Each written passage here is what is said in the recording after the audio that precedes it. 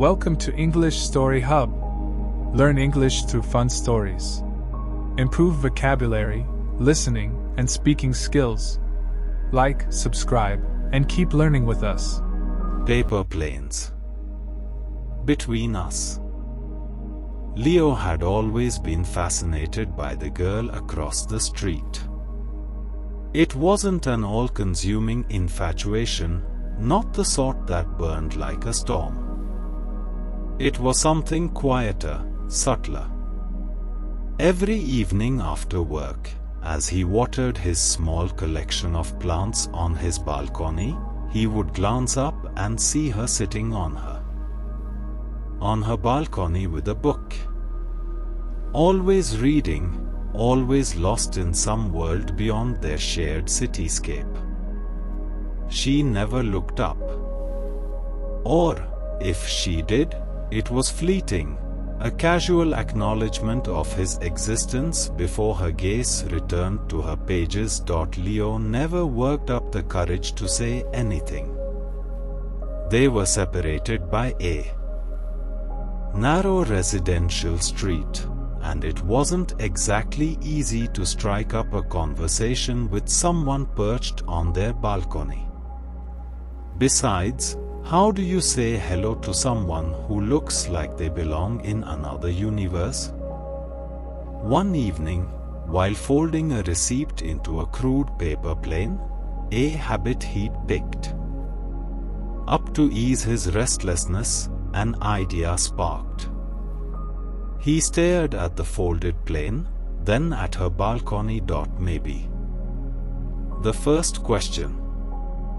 The next day, when he saw her settle into her balcony chair with yet another book, Leo grabbed a clean sheet of notebook paper. He wrote, in his slightly messy handwriting, "What are you reading?" He folded it carefully into a plane, his fingers trembling with nervous energy, and waited for the right moment. She was engrossed, as always, her legs tucked beneath her as if the rest of the world didn't exist.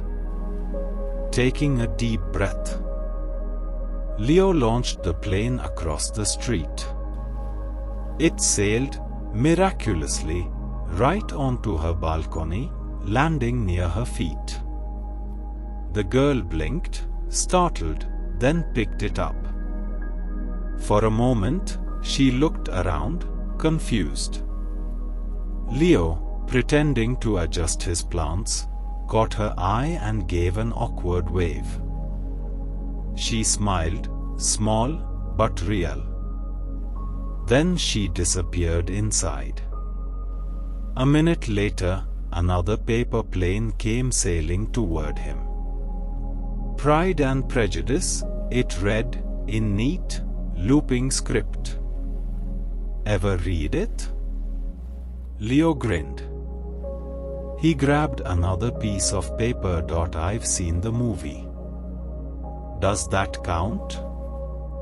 He folded it, sent it back. And so began the first of many conversations. Evenings of paper planes.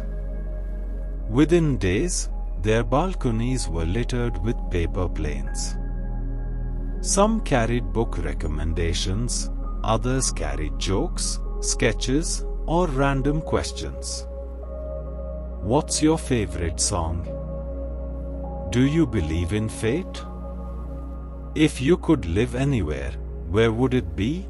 Her name, he learned, was Clara. She worked at a local bookstore, which explains the endless reading, she wrote. He told her about his job as a graphic designer, about how he spent his free time sketching cityscapes. Maybe you should sketch this street, she suggested once. You can add a girl with a book on the balcony. He replied with a simple plane. She'd be the main character.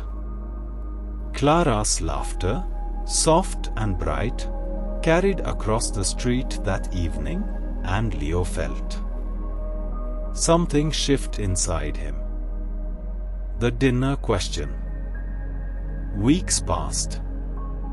The paper planes piled up like small, folded memories, each one holding a piece of their growing connection. One night, under the glow of streetlights, Leo wrote something different. "Can I take you to dinner?"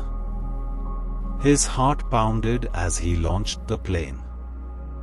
He watched her pick it up, read it, and then pause. She looked at him for a long moment, her expression unreadable. Then, without a word, she disappeared inside. The plane never came back. Leo spent the next hour pacing his apartment, convinced he'd ruined everything. Maybe it was too soon. Maybe she didn't see him that way. But then, a knock on his door. He opened it, and there she was. Clara. No paper plane this time. Just a warm, knowing smile. "Dinner?" she asked softly. Leo couldn't stop smiling. "Yes. Dinner." Leo had imagined this moment for weeks, the day Clara would step off her balcony and into his world, but nothing prepared him for the quiet reality of her standing at his door. The paper planes scattered across both balconies suddenly felt like whispers of fate, folded messages leading to this moment. "Where do you want to go?" she asked, tilting her head slightly. Leo blinked, still processing the fact that she was here, just inches away instead of across the street. "Anywhere you want," he said, his voice softer than he intended. Clara smiled. "I know a place. A dinner of firsts." They walked down the street together, a little awkward at first. Leo kept glancing at her, realizing how different she looked up close, her dark hair pulled into a loose braid, her sweater slightly too big, her eyes warm but sharp, as if they were always quietly observing. She led him to a tiny Italian restaurant tucked between a record store and an old bakery. The place smelled like garlic and fresh bread, the kind of smell that made you feel like you'd stepped into someone's home rather than a restaurant. "I come here all the time," Clara said as they sat at a small table by the window. "They make the best ravioli." "Good to know," Leo said, trying not to stare at how the golden light caught the edges of her smile. Dinner flowed easily, like their paper plane conversations had prepared them for this. They talked about everything, books they loved, the quirks of their neighbors, how neither of them could cook anything beyond instant noodles. "Do you realize," Clara said between bites of ravioli, "that we've probably written more to each other in paper planes than most people text in a week?" Leo chuckled. "I like it better than texting. Feels different. Slower, but meaningful." Clara nodded thoughtfully. "It's like we've been writing our own story, one fold at a time." An evening walk. After dinner, they walked back under the soft glow of the streetlights. The night was cool, with a breeze carrying the faint scent of rain. "Can I ask you something?" Leo said, shoving his hands into his pockets. "Sure. When I sent you that last plane, and you didn't send one back, I thought maybe I'd messed everything up. Clara laughed gently. You didn't mess anything up. I just didn't want to write it on paper. I wanted to say yes in person. Leo's chest tightened in the best way. I'm glad you did. The next paper plane. The next evening, Clara was back on her balcony, reading. Leo, grinning like a fool, wrote on a plane.